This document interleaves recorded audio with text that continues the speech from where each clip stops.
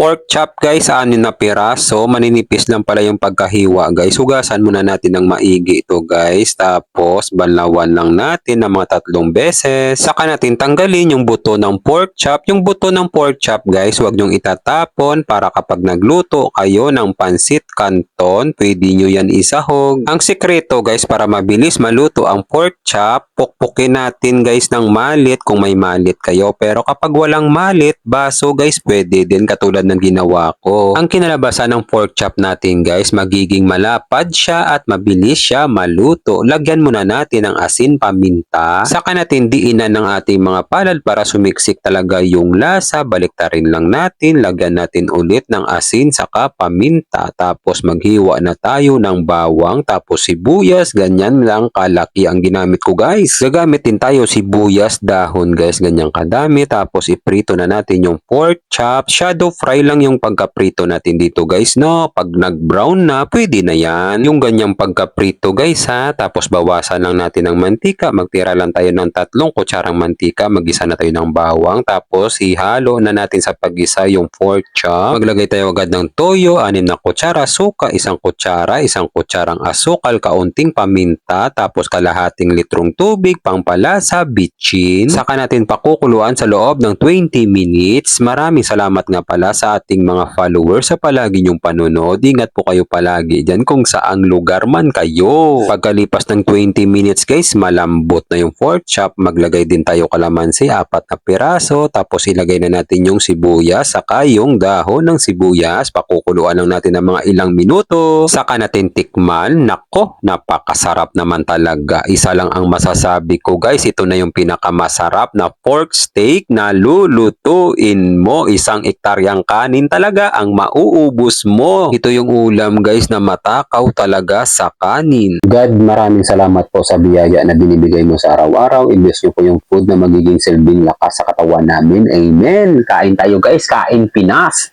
May okra din pala tayo guys. Yan. Para may gulay din tayo. So guys, so. Sarap niyan. First bite guys para sa inyong lahat.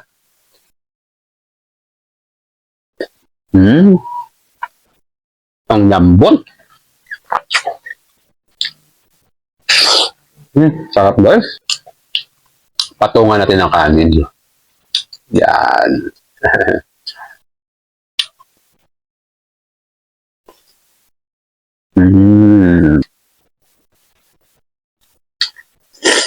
Malasa yung pagkaluto natin guys. Shoutout pala sa ating mga kababayang OFW sa palagi niyong panonood. Ingat po kayo palagi dyan kung saang bansa man kayo. Guys, try nyo to ha. Napakasarap na, mag-i-enjoy talaga kayo ha. Guys, medyo mahaba na ang video. Bibigyan ko na kayo ng pamalakasan. Perfect bite pang commercial.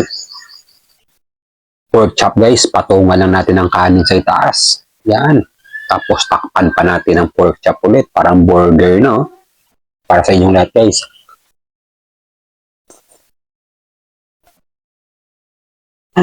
Sarap.